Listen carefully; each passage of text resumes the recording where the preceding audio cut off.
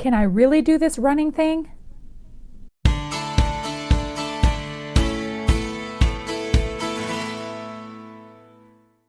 Welcome back to another episode of The Recycled Mom. Today I am going to be reviewing my Couch to 5K running program. After doing 3 days of the running walking, I feel great. Other than, feeling a little bit of tightness in my hips, and that's kind of, I'd have that anyway. Nothing that some ibuprofen won't take care of, and some stretching. I feel good. I'm really surprised that I'm not disliking it or anything. When I started, I thought that it was going to be more often than just 3 days a week. I realized that my body is not used to working out like this, so 3 days a week is probably good. And I need to kind of force myself to take the rest days in between, because knowing me, I would go gung-ho and I would run every day, and the next thing you know, I'd probably have shin splints or back problems, feet problems, that kind of thing. So I do appreciate that it will only let you do the running that you're supposed to be doing. So what I mean by that is that it's week 1, day 1, week 1, day 2, week 1, day 3, and so forth. I tried to see what would happen if I tried to get into week 2, day 1, but it wouldn't let me do it. So it's actually keeping track of what day I start and when week 2 will start. So I can't actually tap that. So I thought that was kind of interesting. I'm not hurting. I mean, I'm totally I had stopped walking last year. So I haven't walked since I've been to Disney, and that was the end of September. And after that, I just kind of got into, full-time homeschooling and preparing for the holidays and everything. So I was totally I was not walking at all. So I literally was just couch potato. I wasn't laying on the couch though, but I mean, basically non-existent exercise going into the new year.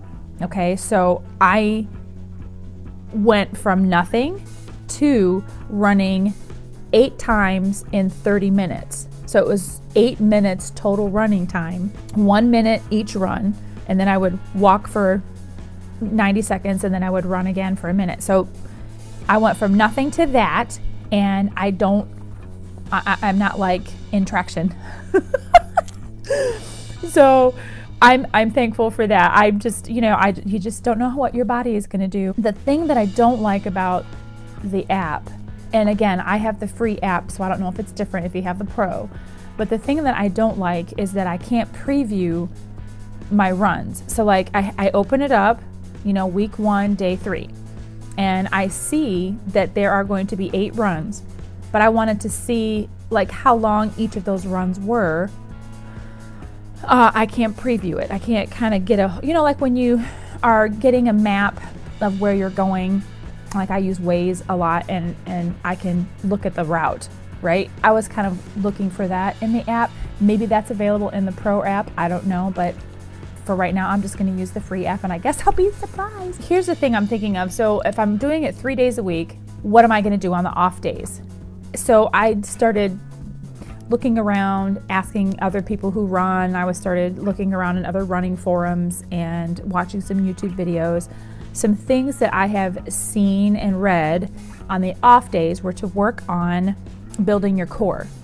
Planking would be good. I can do planks, some push-ups, stretching. I have been stretching in between on the days off. I would stretch because I'm trying to keep, my hips, my calves, thighs, hamstrings, and working on my feet to make sure that I'm stretching out and keeping them strong. I'm rolling. I'm getting a tennis ball and rolling on my feet. I don't want to get plantar fasciitis. I've had that before. And I'm going to walk, just do some, not real power walking, but just some walking that's going to just, keep my cardio up a little bit. Other than that, working and stretching the muscles and building up my core. So that's what I'm gonna be doing on the off days. And then eating, I am not eating whatever I want. I know that it's easy to get to fall into a trap of, well, I'm working out, I'm running, so that means that I can now eat, I have license to eat whatever I want because I'm burning off the calories. And that's, to me, that's backwards thinking a little bit, because I don't think, if I'm going to work that hard on the treadmill, or running to burn all those calories, I don't want to blow it by, having a bunch of pizza or, cake, donuts, that kind of stuff. I want to keep eating the way that I've been eating. Last year, I have adopted sort of a keto diet, keto lifestyle. I'm not full-blown keto. I did do that last year, though. I started out, I detoxed from sugar and caffeine. I started eating better, no processed foods. I'm not eating dairy, potatoes, white potatoes, pasta. I'm not eating bread, but I am eating tortillas that are low carb. And that's a Mission brand. I don't know if that's available where you are, but if you can look for a tortilla or some kind of a wrap that is low carb, high fiber, and I'm not having any added sugar or even a sweetener. I'm not using any Splenda or Swerve or xylitol or any of these other sweeteners. Mainly, I can't stand the taste. This year, I have added a little bit of the carbs back on the days that I run. And after I run, within 30 minutes, I will fill up on something high protein, which usually is a protein smoothie to help my muscles rebuild. And I also load up on water after I run or after I'm working out. I make sure I'm getting replenished, rehydrating, and getting protein in me within 30 minutes of the workout. I'm doing some research on what are some of the best things to eat while you're running or if you're going through a running program. Shoes. I did invest in shoes, running shoes, last year. We have a runner's store in my town. You probably have something similar in your area where it's a professional running store. They specialize in running shoes, different types for all levels of runners, and they analyze your gait, how you run, how you walk. So what they did is they would watch me run, they recorded me while I was running so that they could figure out what I was doing and then be able to put me in a proper shoe that was going to help either correct the problem, like overpronation or underpronation, things like that, to, so that you're not damaging your knees and shins and feet and everything. They want to put you in a shoe that's going to do the best for you. And also for my running level, which is very, very, very, very beginner. So I got a pair of shoes, and I don't even know how to say these shoes. They're Saucony. It's well worth the money to invest in yourself in a good pair of running shoes. These shoes have served me well. I have also worn men's shoes, so it just depends on your foot and what your needs are. For now, I'm just running in my basement on our treadmill.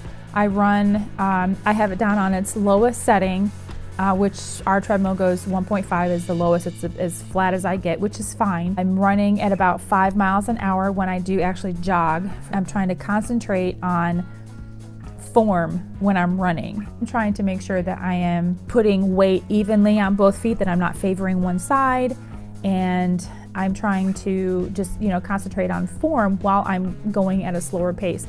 I know me, I will jump right in, feet first, into something, and then I will have problems. I've done it before when I wanted to get on this health kick and get my health back, and this was several years ago.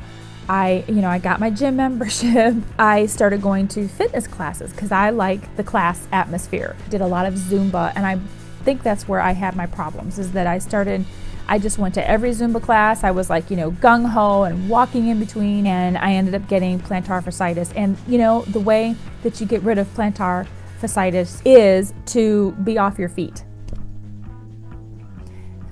How are you supposed to, exercise when you're supposed to be off your feet? And it took a while for that to go away. And needless to say, so did my enthusiasm for working out. So I suggest that you do not start out at 100 miles an hour. You walk before you run. You take it easy. Force yourself to take breaks, because if you're going to start in on any goal and you're going to just jump right in, you're not going to last very long. Okay, so take it easy on yourself, and that's what I'm going to be doing. So next week is week 2, and I still run 3 days a week. So what I've done is actually schedule my own days. The app doesn't do it for you. So I'm going to schedule Monday, Wednesday, Friday to run, and in between Tuesday, Thursday, Saturdays, I'm going to be working on my core, and I'm going to be doing planks. I'm going to do push-ups. I'm going to do stretching, maybe doing some yoga or Pilates. That is my plan. It doesn't sound very organized, does it? That was week 1 of the Couch to 5K program, and I will catch you all next week and update you on what's going on. Have a great week. Bye.